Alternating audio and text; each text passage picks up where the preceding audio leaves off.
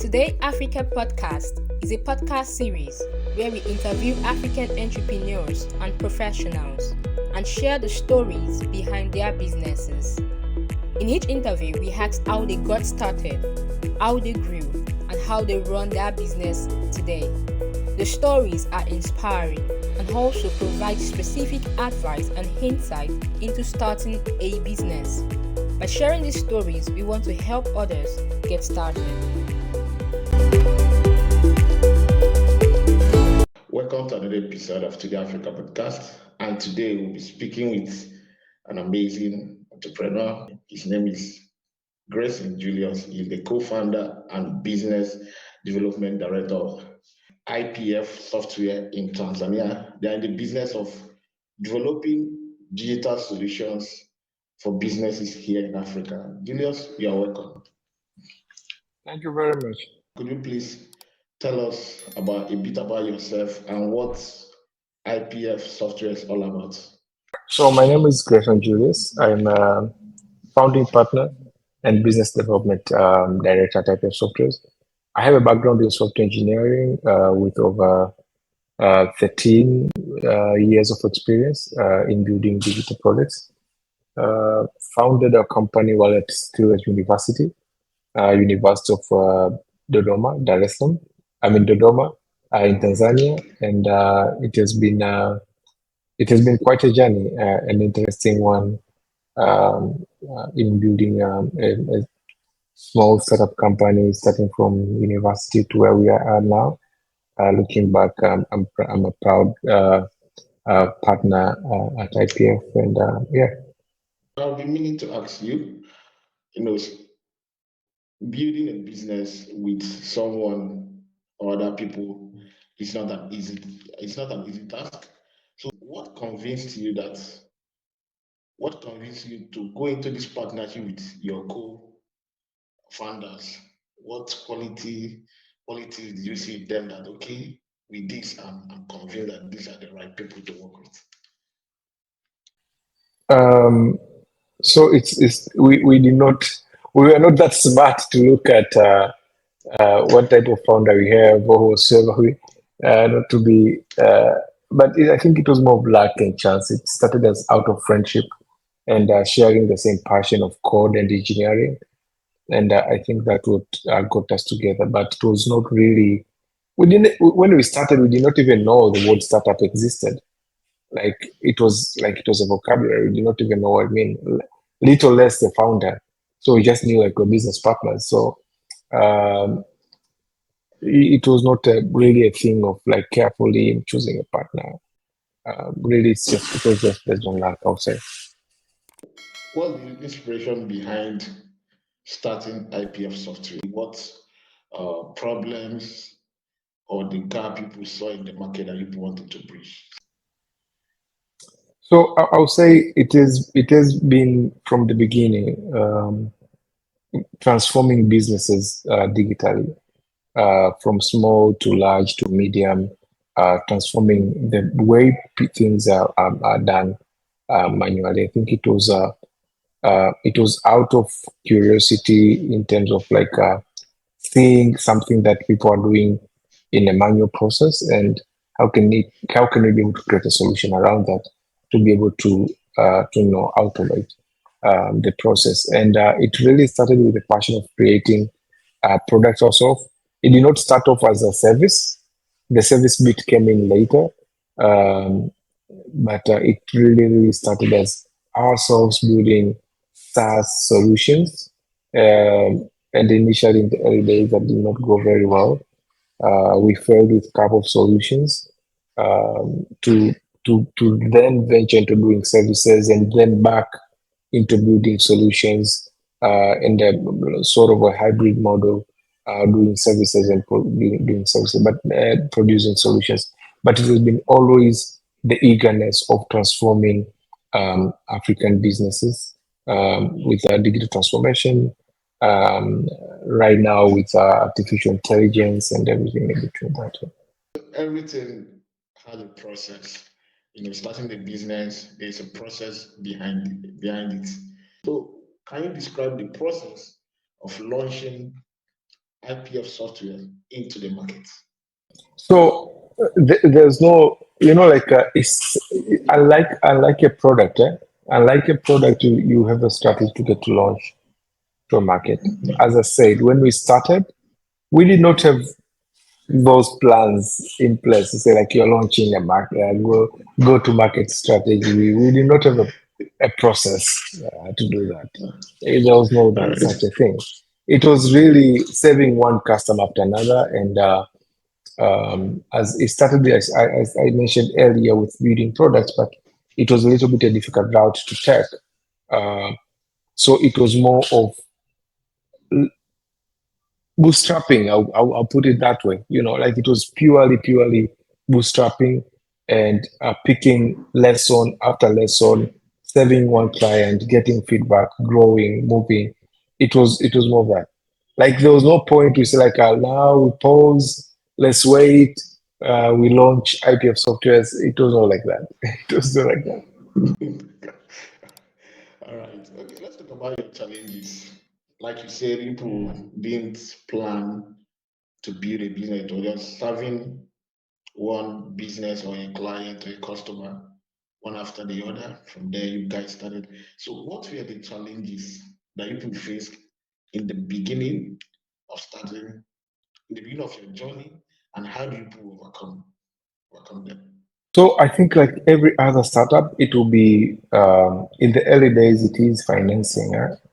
Uh, Financing, staying liquid and afloat to be able to, pay bills and pay yourself to be able to, see another day. That was probably the challenge in the early days. Not for long though. Um, we it was difficult part in the beginning, but after we got our first client, it was then one business after another.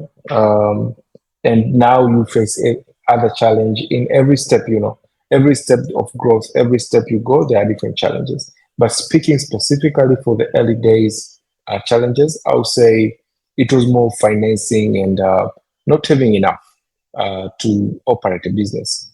Another major one would be the legal landscape, and mostly we are software engineers, all of us as founders, and we do not know much about tax. We knew about financing from learning and like maintaining and managing the cash flow and stuff like that, being careful with how we use money.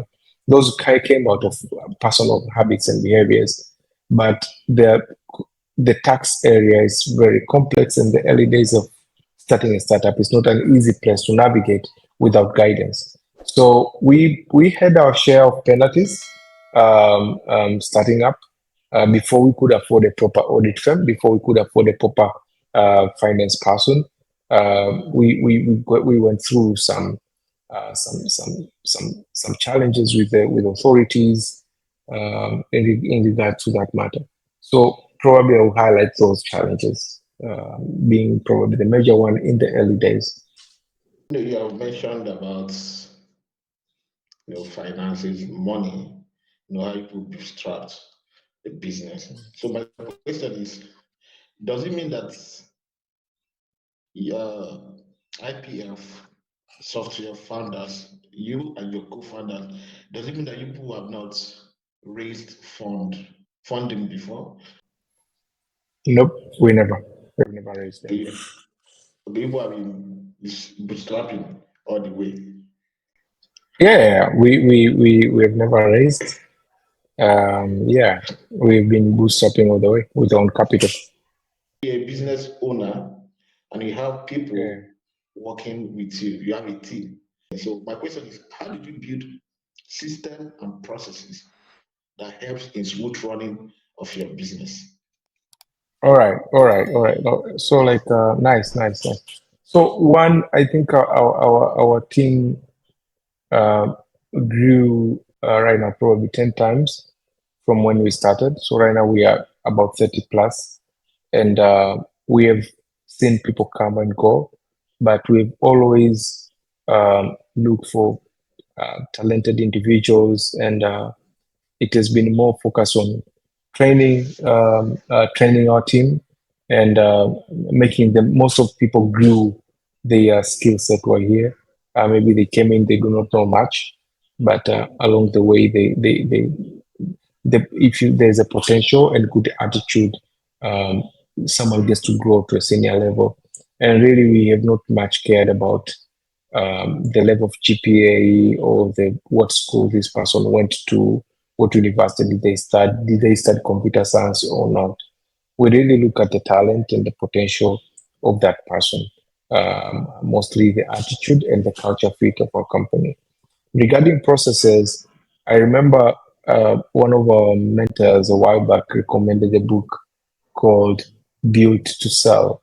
And I think that was a little bit of eye opening in terms of how, how important and at least like the fundamentals of building up processes. So that's where we started. And we have processes for so many things in terms of like how things should operate. Like we call it the IPF way. From the our engineering process, we call it the IPF way, and it has been existing for probably over 6 years, being refined every time, and that helped us to really deliver what we've been to deliver all the time. Um, it has not failed us since then.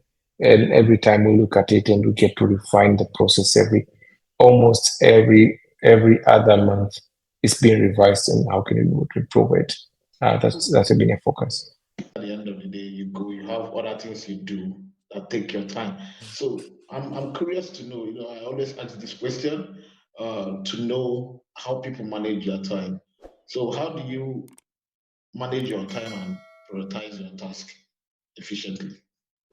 So first, I'm a morning person, so I start my day very early. In a good days, it will be 5 a.m. Start with my morning rituals. After that, mostly within those rituals, the first one, the one of the key one that I have to do is scribble, like scribing and jotting out ideas and just writing in a rough paper or an iPad or something. So I'll do that, and I think that at least help me get clarity on how my day look like. After that, I get jump into my calendar and start scheduling that. So I don't have much of a task or tool management tool whatsoever than a calendar. I usually rely on a calendar. I use Notion boards, of course, for managing a backlog and things to take notes on, like things that are coming, the backlog generally. But I usually rely on my calendar, and I usually split my day into 30-minute slots to 1 hour slots. And I will do the scribble part again during lunch hour just to cancel out things that I've already done or maybe they're irrelevant by that time of the day. Yeah, I think casually I'm a very flexible person most of the time because at the office sometimes you have working meetings from the team, one needing an advice or guidance or something, one asking a question. So time to time, I have flexible windows that I get to support the team or clients and partners if needed. How is your business doing today, and what does the future look like? I would say the future is bright. From the everything coming up with automation, generative AI, and AI in general, the space of software engineering and product design and production generally is really came of high demand, and we're at a position where you get to work on projects that you're very much interested in and being able to select that. So I'm honestly excited for the future of IPS softwares and Africa in general with everything that's going on in the space. Speaking of generative AI, artificial intelligence, and automation, How is IPF software positioned to stay ahead of the curve? Yeah, so one we have like a team, a department of AI and future tech. Couple of research we are doing, but as well we are working with some couple products as well with major banks in the country, and it has been really interesting, mostly with the chat commerce space, I'll say, um, looking at that and being able to leverage the powerful engines or artificial intelligence to be able to get further. So on our end, the way we look at it, it's more of like we are traditionally coming from being traditional software engineers, and how can we be able to embed artificial intelligence to our daily work and everything that we do. So every service that we work with a client, now from the beginning of it, we look at how would this look and leverage artificial intelligence. So like from the early days, from the data layer, architecture, design, we design and looking at that future. How does it look like the solution once it's done? Because end of the day, you need that fundamental for solution being able to work, and then adding up AI as a service on top of that solution. You have been an entrepreneur for some years. So, what key lessons have you learned in your journey as an entrepreneur? All right, what have I learned as an entrepreneur in the journey? Yes. So one is like every entrepreneur has their own path. So uh, trying to be more of yourself rather than copying, I'll say, or being scared of what other people much are doing. Be inspired, of course, but everyone has their own path to success. Another thing is always stay true to yourself and stay true to your partners and clients. If you are doing something and you really get to do it, because like entrepreneurship requires commitment, and if you're not passionate about what you're about to invest into, in no time you're going to give up. So it's really important to go in, and if you go in with something that you're really passionate about, you'll be able to reap the fruits of your labor. I believe that you have had some setbacks and some failures in the time past. So, how do you handle setbacks and failure as a founder, as a business owner? So they are more lessons than failures, the way we look at it. So it is how you a lesson. If you need to learn, you need to pay a tuition fee. So every lesson comes in with a tuition fee. So you pay your tuition fee and you have learned, and you make sure you don't pay that the tuition fee again if it comes like yeah. So as a business owner, the way that we look at things, at least with my partners, is every step we go, it is if we face a challenge, it is a lesson, and some lessons come with bearing costs. Some lessons you need to pay for them. Some lessons come for free, but some of them you need to pay for them, and you pay it either monetary value or time or whatsoever, but you pay for them. So once you pay the tuition fee and you realize you've paid the tuition fee, planning ahead is like, how can I not be incurred this tuition fee again and move on? At least that's how we look at things. Yeah. What advice would you give to others, especially to the younger generation or the younger ones who have the mindset or the intention of building a business? Um, the truth, entrepreneurship is not easy. I'll start with Okay. that. Entrepreneurship is not easy. So that's the first one. So if you're getting in, no, it's not a place that you say like, like the notion that you have in early days, like, I'm going to start a company so that I can be able to work fewer hours or to work less, or that's a lie. You are going to probably work harder than you've been employed. You're going to work while you're asleep. You're going to work while you're on vacation. You're going to work while you're driving. Your head will be working most of the time. Well, at least that what you've experienced, probably other than experiencing differently.